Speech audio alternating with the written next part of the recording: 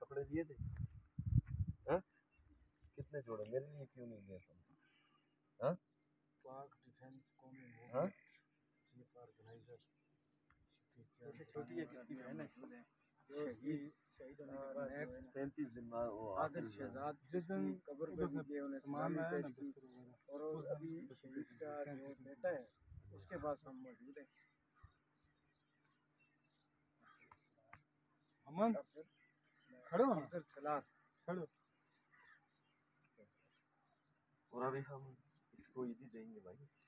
इसने फौज की वर्दी पहन कर वाले की कब्र की होती है।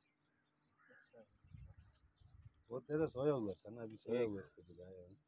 एक मिनट नहीं तो दोनों हाथों से।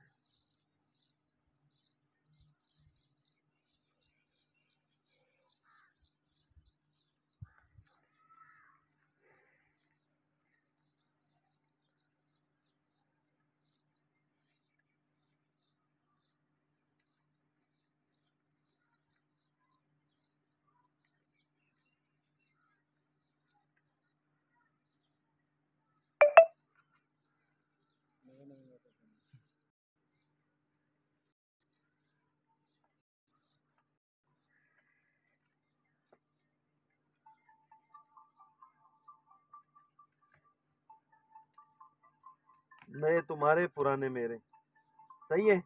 ये तुम्हारी ईदी है। ए, वो तो बाहर ना कैमरे भी है। ये तुम्हारी ईदी है। अच्छा सही है, ठीक है जी। आपका क्या नाम है? सालार।